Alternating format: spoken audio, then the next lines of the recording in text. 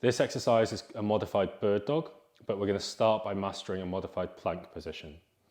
The reason I call this a modified plank is we're going to set it up slightly differently, and I want your focus to be on two main things.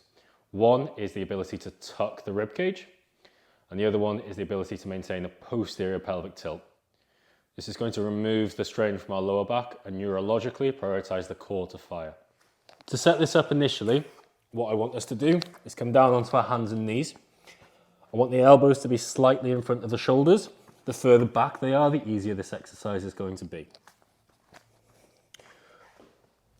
We then want to move the knees back to try and make sure that we've got a torso angle that is about parallel with the ground.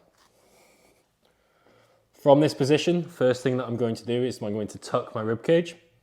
This is me flaring my rib cage, and this is me tucking my rib cage. When you tuck your rib cage, you should feel your upper abdominals engage.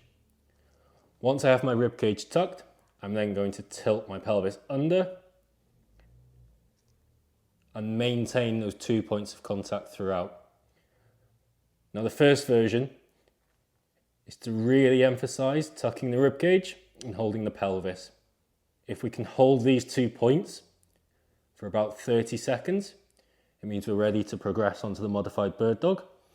If you find it's really difficult to keep your focus on these two things without losing one or both of them, we need to work on mastering the position a little bit before we can move on to the next version. For the modified bird dog, the setup is going to be exactly the same.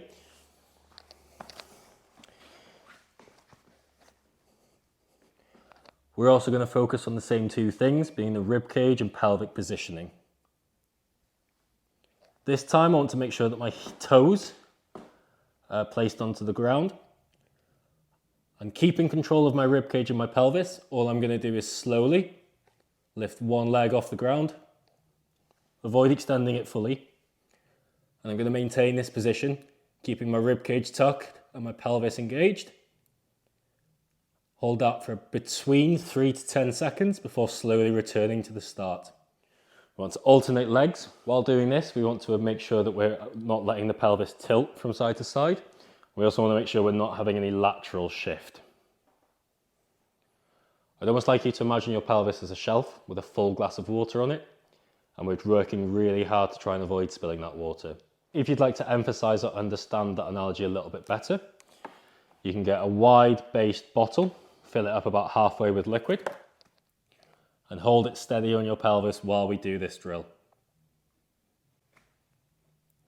This is really going to heighten your awareness of what your pelvis is doing, and any movement, we're really going to feel that in the way that the bottle moves. This is something you can do yourself to test your stability if you like. Just make sure you don't leave the bottle open.